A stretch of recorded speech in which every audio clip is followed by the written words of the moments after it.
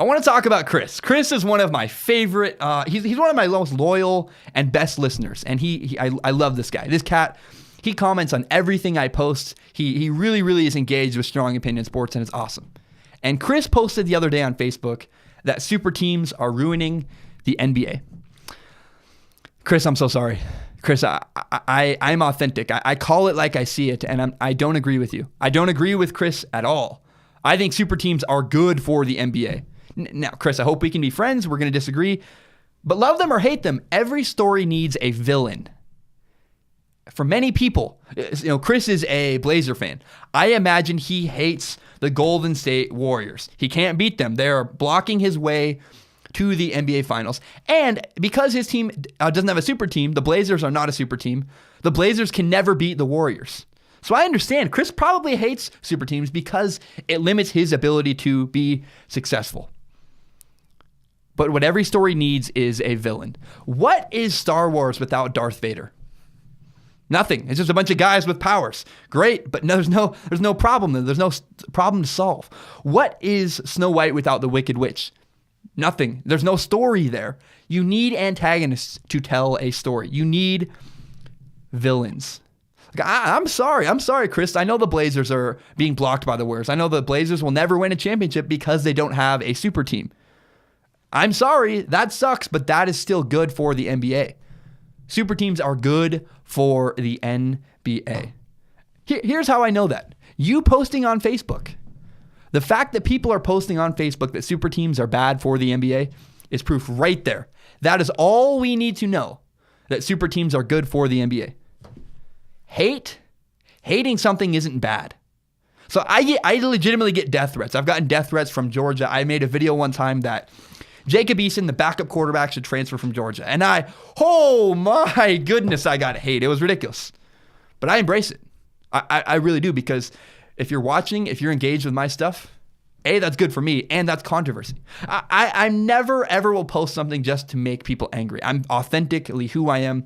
I call it like I see it. I say what I believe. But when I have an opinion that I know people don't agree with, I still say it, because I know hate isn't always bad. Just because you disagree with me doesn't mean that's bad for me. If you're watching, that's good. You can call me all kinds of horrible names, make fun of my hair, but if you watch my videos, I mean, hey, I'm still winning. You're still giving me views. I'm authentic. I say my opinions, but the enemy of storytelling, the enemy of success when you make content, and the NBA is on a much bigger scale creating content, the enemy of that is indifference. What is the worst thing you could do to the NBA? Turn it off.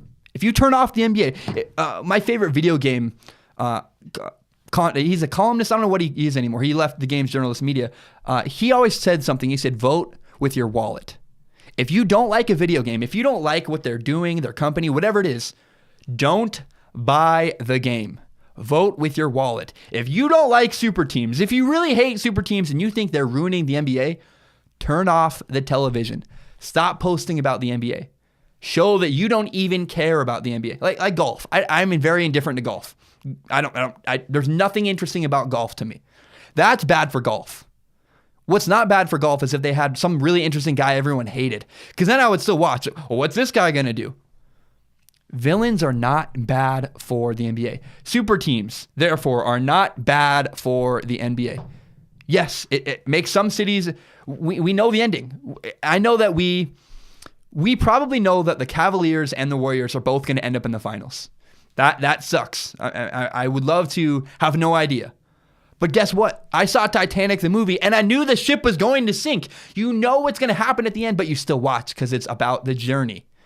I am very fascinated in the journey. How will the Cavaliers get to the finals? How will the Warriors get to the finals? Who's going to win at the end? I don't know who's going to win at the end. There's still interest there.